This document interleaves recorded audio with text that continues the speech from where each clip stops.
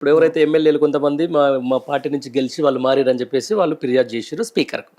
అయితే వివరణ ఇచ్చే క్రమంలో వీళ్ళు లిఖితపూర్వకంగా ఇస్తారా, లేకపోతే స్పీకర్ డైరెక్ట్ ఇట్లా వాదన ప్రతివాదాలు చేసుకుంటారు? వివరణ ఇచ్చినప్పుడు లిఖితపూర్వకంగా ఇవ్వడం జరుగుతుంది. క్రాస్ చీఫ్ జరిగేటప్పుడు మాత్రం వాళ్ళు చీఫ్ చెప్తారు, ఏం జరిగిందో చెప్తారు. నేను బీఫామ్, ఇప్పుడు ఫర్ ఎగ్జాంపుల్ ఒక ఎమ్మెల్యే టీఆర్ఎస్ నుంచి గెలిచిన వ్యక్తి, నేను టీఆర్ఎస్ లో బీఫామ్ తీసుకున్నాను, ఇప్పుడు టీఆర్ఎస్ లోనే ఉన్నాను, కాంగ్రెస్కి వెళ్ళలేదు, వాళ్ళు చెప్పేది ఏంటి, అభివృద్ధి కోసం నేను కాంగ్రెస్ తో వెళ్తున్నాను చెప్పడం జరుగుతుంది. ఓకే, ఇప్పుడు నాకు తెలిసి స్పీకర్ గారు అదే నమ్మినట్టు మనకు క్లియర్ గా కనబడుతుంది ఇక్కడ. ఓకే, అంటే చాలా ఎవిడెన్స్ ఉన్నాయి కదా. మీరు దీని చాలా మంది ఏమంటారు అంటే కనీసం వీళ్ళంతా పార్టీ మారినా కూడా స్పీకర్ ని అడ్రస్ చేయడంలో, లేకపోతే స్పీకర్ ని దాన్ని ఏమంటారు కన్వే చేయడంలో బీఆర్ఎస్ లీగల్ సెల్ కానీ లేకపోతే బీఆర్ఎస్ పార్టీకి సంబంధించిన వాళ్ళు ఫెయిల్ అయ్యారని చెప్పేసి కొంతమంది అంటారు. అంటే ఇది తప్పు అపవాదు పండ్రి గారు.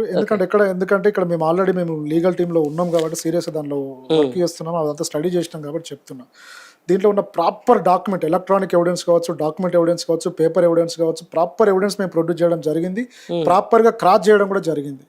జరిగినప్పుడు ఇలా తీర్పు రావడం అనేది, మీరు అన్నారు వాజ్పేయి గారు, అవును, నిజంగా వాజ్పేయి గారు రూలింగ్ మనం చూసుకోండి. నేను టీఆర్ఎస్ లో లీగల్ గా ఉన్నప్పటికీ, చాలా కేసులు చేస్తున్నప్పటికీ వాజ్పేయి గారిని అన్ని పార్టీల వాళ్ళు అప్రిషియేట్ చేస్తుంటారు.